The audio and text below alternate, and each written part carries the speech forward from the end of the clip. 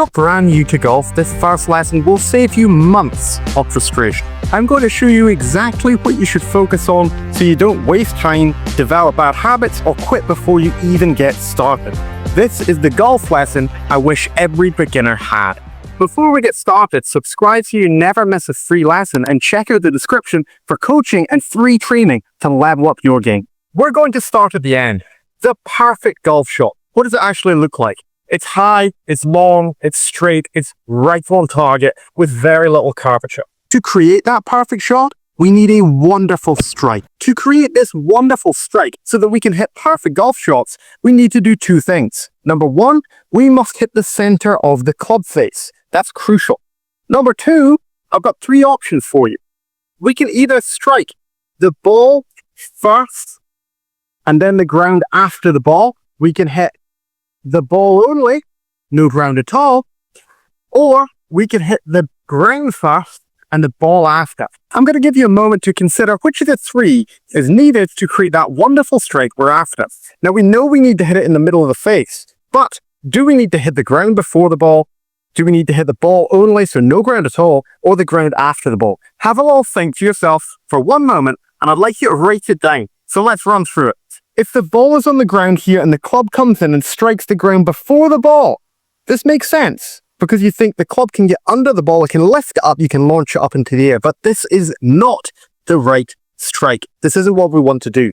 If we hit the ground before the ball, yes, we can get under it, but all the dirt, all the muck is going to get caught between the club face and the ball here, and that's going to affect where the ball goes. We cannot then anticipate the distance or direction it's going to go accurately.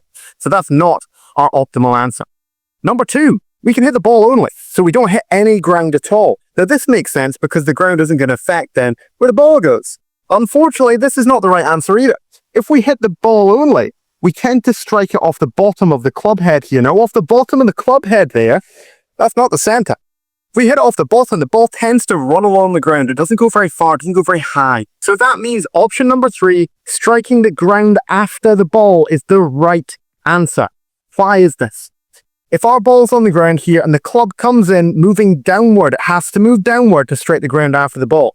If this is the case, as it moves downward here, it strikes the ball first, so no ground is caught between the face of the club and the ball. It strikes out the middle of the face, it keeps going downward after and strikes the ground after. So because you've hit the ground after, it then doesn't affect how far the ball is going to go. And you're able to strike it in the middle of the face because the club is moving downward. Now on the surface, this doesn't make any sense at all because surely if the club is working downward, how can the ball go up? And I would completely agree. Except we have a wonderful thing on a golf club called loft. Now that is the angle that the club face here is angled back on. So you'll see that it's not perfectly flat like this, it's actually angled slightly backward. Now this makes the ball go up in the air if you can hit the middle of the club face. So even though the club is working downward by 5 or even 10 degrees, with a 6-iron here I've got around 32 degrees of loft, so this club face is angled 32 degrees upward. And that means that even though the club's working down, the ball will still go up if I hit it out of the middle of the face. So you need to swing the club downward to make the ball go upward.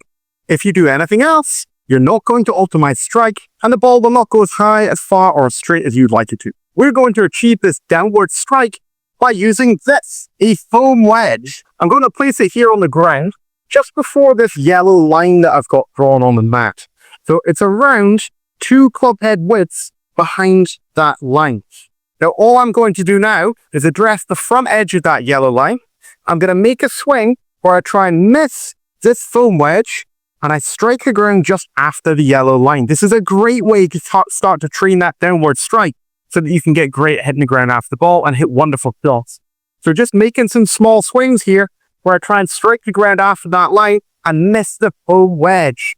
This drill can be surprisingly hard actually.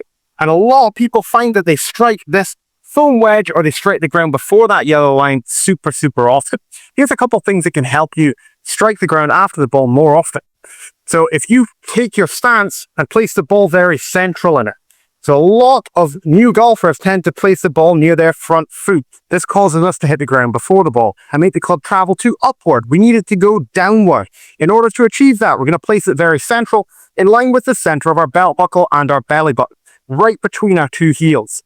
Second thing we can do is place a touch of weight on our front foot. So I've got about 60 to 65% of my weight here on this front left leg. This is going to assist me in getting the club to work downwards so I can strike the ground after the ball much more often. So I've got this yellow line very central in my stance. I'm placing more weight on pressure on this front foot here. I'm stacking all of my body left, and I'm going to make some swings trying to strike the ground just after the line. You can see I'm doing a pretty good job of this. I'm just wearing out a little space there just in front of the yellow line. Practice this, trying to strike just after that line on the ground, missing the foam wedge until you can do it consistently.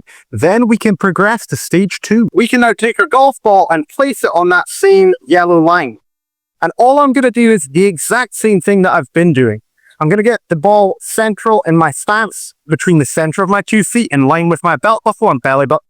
I'm going to place weight and pressure on my left foot here, so about 60 to 65%. And I'm going to focus on swinging downward and striking the ground after the ball. Pay very close attention to where you strike the ground here. Can we hit the ground after the ball? Yes, we can. I've had a wonderful shot there. I've compressed it wonderfully out of the center of the club face, and it's come off with a load of power very accurately.